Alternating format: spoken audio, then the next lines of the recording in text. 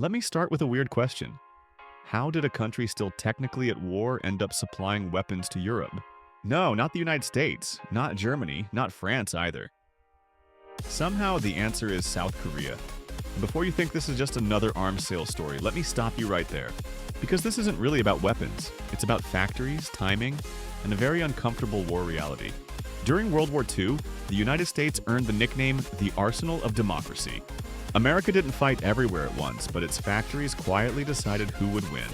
Tanks, planes, ships. The war was won long before they reached the battlefield. Fast forward to today, and Europe suddenly found itself needing a new arsenal. Not someday, not after studies and committees, it needed weapons right now. And here's where things get interesting. Because Europe looked around and hesitated.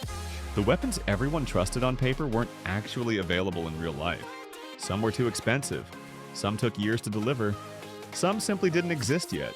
And that's when Europe noticed a country that never really stopped preparing for war. A country with factories already running, production lines warm, and warehouses not completely empty. That country wasn't supposed to be the answer, but somehow it was South Korea. To understand Korea's role, you need to accept one uncomfortable fact. The Korean War never really ended. There was no peace treaty, no victory parade, just a ceasefire and a very tense pause. That pause froze the war in place and forced Korea to live like it could restart tomorrow. A heavily fortified border, constant drills, mandatory service. This wasn't paranoia, it was policy. For South Korea, preparing for war wasn't something politicians argued about every few years. It was baked into the system, like taxes, infrastructure, or public education. This mindset quietly shaped Korea's defense industry in ways outsiders often miss. While Europe downsized after the Cold War, Korea never fully shut its military factories. Artillery lines stayed warm, ammunition production continued, and engineers kept their skills sharp. Not because Korea dreamed of exporting weapons, but because it genuinely needed them. Living next to a hostile neighbor changes how you think about just in case. Over decades, this created something rare. Constant, large-scale military production capacity. Korea wasn't always building the best weapons on paper, but it was always building. And when the world suddenly needed weapons fast, that difference became everything. Europe would soon discover that Korea's greatest advantage wasn't technology, but readiness. After the Cold War, Europe made a bold assumption. Major wars were basically a thing of the past. Armies shrank, conscription faded, and defense budgets slowly drifted downward across the continent. Military factories followed the same logic. Smaller orders, slower production, sometimes complete shutdowns. War didn't disappear, but it felt distant, theoretical, or someone else's problem entirely. Then Russia invaded Ukraine, and that comfortable mindset shattered almost overnight. This wasn't a sleek sci-fi war of drones and algorithms, at least not at first. It was brutal, loud, and old-fashioned. Trenches, artillery, and massive ammunition consumption. Ukrainian forces fired thousands of shells every single day, sometimes more than Europe expected. Stockpiles that were meant to last years suddenly looked dangerously small within months. European leaders quickly realized something awkward about their military preparedness. They had money, political unity, and public support, but not enough actual weapons. Even worse, replacing those weapons turned out to be painfully slow. Defense budgets went up overnight, but factories couldn't magically expand just as fast. Some systems looked incredible on paper, assuming you were willing to wait 5 years. Europe needed weapons immediately, not beautifully designed systems arriving sometime next decade. At this point, a fair question pops up. Why didn't Europe just restart its own factories? Defense industries don't work like ordering food online. You can't just click rearm now and expect tanks to show up next week. Over decades of peace, many European defense factories had been downsized or shut entirely. Skilled workers retired, suppliers moved on, and entire production ecosystems quietly disappeared. Rebuilding that ecosystem isn't fast, but it takes years, not months. In some cases, new production lines wouldn't be ready until the late 2020s. And here's the problem. Wars don't wait for factory grand openings. Europe had the money, political will, and public support to rearm quickly. What it didn't have anymore was time. Suddenly the rarest resource of all. So governments began searching for countries that already had warm production lines. Not future promises, not prototypes, but weapons ready to deploy almost immediately.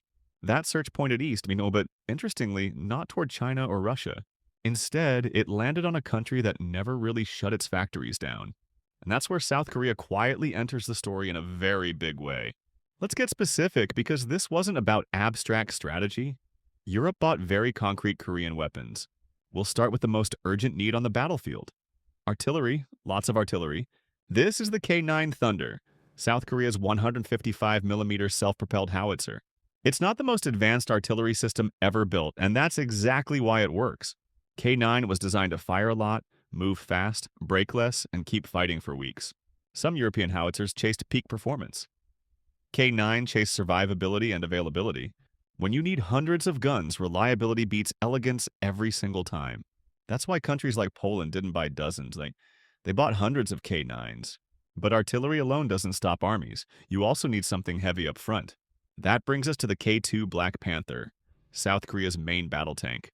On paper, K2 looks similar to Germany's Leopard or America's Abrams tanks. Same gun caliber, similar engine power, similar protection concepts, nothing revolutionary. But here's the catch. The best tank in a crisis is the one you can actually get. Leopard production was slow, Abrams deliveries were complicated, K2 was available now. For countries rebuilding armored forces quickly, that difference was enormous. Next on Europe's shopping list came long-range firepower, rockets, not shells. Meet the K239 Chunmoo, Korea's multiple rocket launch system.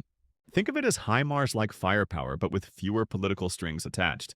It can fire guided rockets, tactical missiles, and adapt to what the customer actually wants. For countries near Russia, flexibility mattered almost as much as raw range. Air power came next. And Europe had a surprisingly simple problem. Many air forces needed pilots trained and jets flying now, not brand new fighters later. That's where the FA-50 stepped in, as a trainer, light fighter, and gap filler. It wasn't a fifth-generation marvel, but it arrived fast and worked immediately. Finally, Europe needed to protect its skies, not just strike the ground. Enter KM-SAM, known as Cheongung, Korea's medium-range air defense system. It sits between short-range systems and expensive strategic missile defenses. Not the most famous system, but one that could be delivered, deployed, and integrated quickly.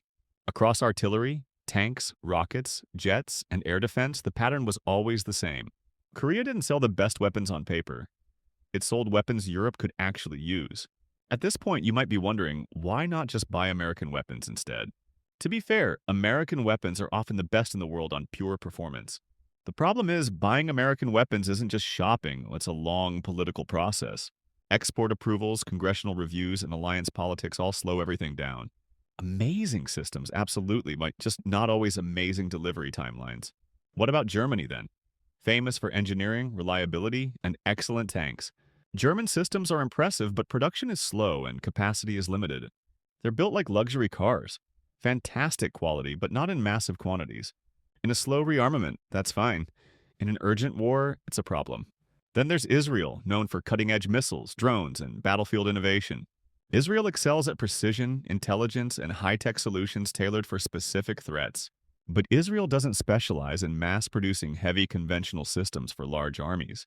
And lately, political and legal controversies have added extra friction to exports. So everyone had great weapons. Just not the right combination at the right moment. That combination turned out to be speed, scale, flexibility, and fewer political strings. By now, a clear pattern should be obvious. Korea's advantage wasn't just about technology. It was about speed, scale, and the ability to deliver weapons when they were actually needed. Korea didn't sell dreams, prototypes, or future promises. It sold ready-to-use systems. In other words, Korea wasn't selling weapons. It was selling readiness. Training, maintenance, financing, spare parts, all bundled into one practical package. That matters a lot when you're rebuilding an army under real-time pressure. It also helped that Korea carried fewer political conditions than many other major suppliers. For European governments, that meant fewer debates, fewer delays, and faster decisions. This wasn't accidental, it was the long-term result of living in a permanent security crisis. So does this mean Korea will remain the arsenal of the free world forever? Probably not. And that's actually the most realistic part of the story. Europe is already rebuilding factories, restoring supply chains, and expanding production capacity. Over time, Europe will want less dependence and more domestic control over defense. But during this dangerous transition period, Korea filled a gap almost no one else could. A country shaped by war is now shaping how others prepare for it.